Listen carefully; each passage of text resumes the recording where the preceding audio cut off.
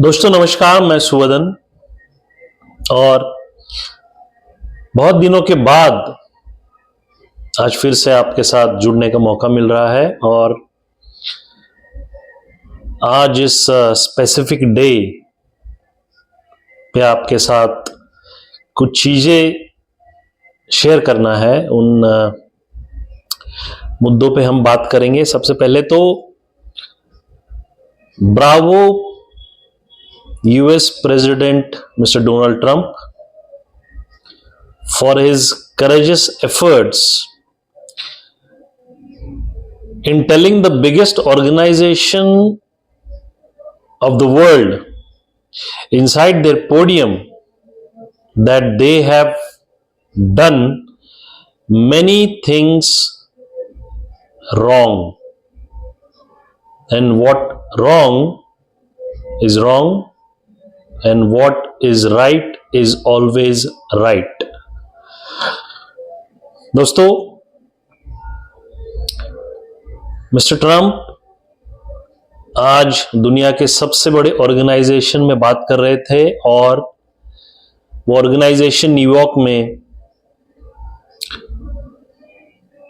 स्थापित है, वहां से ऑपरेट करता है। और उसी ऑर्गेनाइजेशन का जो पॉलिटिकल स्क्रिप्ट है, उस स्क्रिप्ट पे उन्होंने भाष्य किया।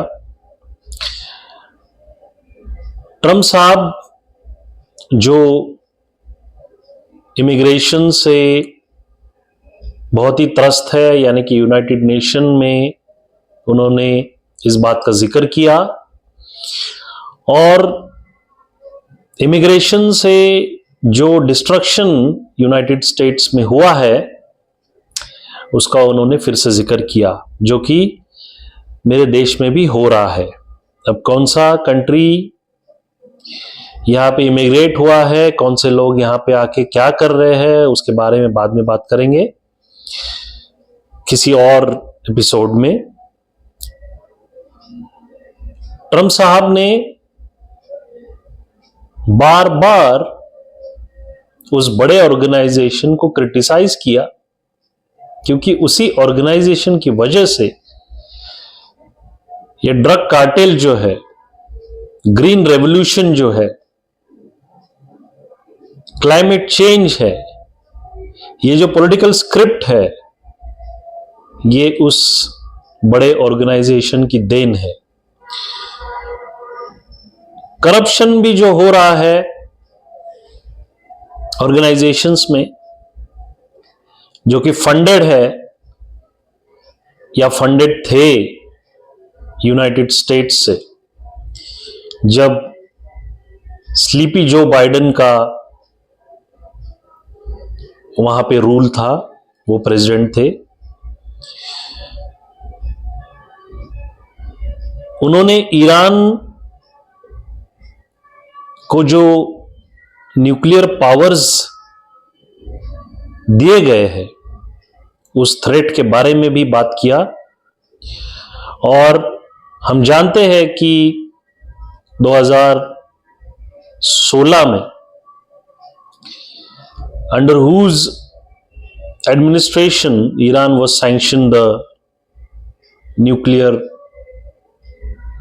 And biological agenda.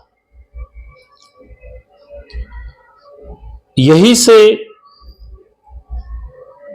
वेपनाइजेशन जो है बायोलॉजिकल और न्यूक्लियर, इस शब्द का अर्थ कॉमन लोगों तक क्रिएटर,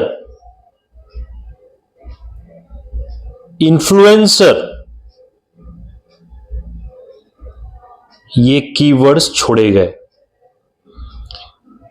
और 2015 में, यानी कि एक साल पहले 2016 से, और 2014 में और 2013 में क्या हुआ ये आप भी जानते हैं हमारे कंट्री में। दोस्तों, इन्होंने यूरोप को खत्म किया है, यूनाइटेड किंगडम को खत्म किया है और मेरे देश को भी खत्म करने का इनका मानस है। अब देश में ऐसी कौन सी ताकतें हैं अपनी ही, जो अपने ही लोगों को खत्म कर रही है, यह आप देख सकते हैं। ये जो नैसर्गिक त्रासदी है, this is also political script.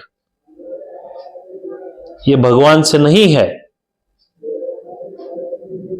और मैंने पिछले वीडियो में मैंने इस बात का जिक्र किया था कि उसी बड़े ऑर्गेनाइजेशन ने आपको हेवी रेनफॉल सुनामी का वार्निंग दिया था पिछले साल 20 जनवरी को। तो इस साल अगर वो चीज हो रहा है तो आप सतर्क क्यों नहीं थे? यह मेरा बड़ा सवाल है। दोस्तों, ट्रंप साहब ने क्लाइमेट चेंज का जिक्र किया और पेरिस एग्रीमेंट का जिक्र किया जो 2015 में हुआ था, जिसे मेरी कंट्री भी अबाइडेड है। और उसी पेरिस एग्रीमेंट के बारे में मैंने 2023 में बहुत सारे वीडियोस बनाए थे। उसी से क्लाइमेट चेंज हुआ है। Green revolution is a bullshit. शायद ये मेरा वीडियो कॉमन लोगों तक ना पहुंचे, क्योंकि इसमें सच्चाई जिनको ढूंढना है वो ढूंढ सकते हैं, लेकिन आप तक सच्चाई पहुंचने नहीं दी जाएगी, ये मेरा गारंटी है।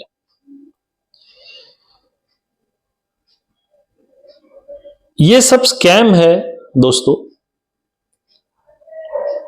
पोलराइजेशन का, मल्टीलैटरलिज्म का। और इसी पोलराइजेशन में जो ले पीपल है, जो कॉमन लोग हैं, वो फंस रहे हैं। उन तक बात भी पहुंच नहीं रहा है। अगर पहुंच रहा है तो उनको समझ में नहीं आ रहा है। शायद मैं जो भी बोल रहा हूं अभी शायद आपको समझ में ना आए, लेकिन अगर आप इस वीडियो से कुछ कीवर्ड्स उठाते हैं जो मैं बोल रहा हूं, सही से आप सुन रहे हैं, तो you can investigate according to your own senses. दोस्तों, ऐसे ही हुआ था एक एरा जो 1989 का था। और इसी 1989 के एरा में जब नया फॉर्मेशन हो रहा था तो उस गठन में कुछ चीजें हुआ था, और तभी भी उस समय कुछ चीजें अनसर्टन थी, इकोसिस्टम समझ में नहीं आ रहा था।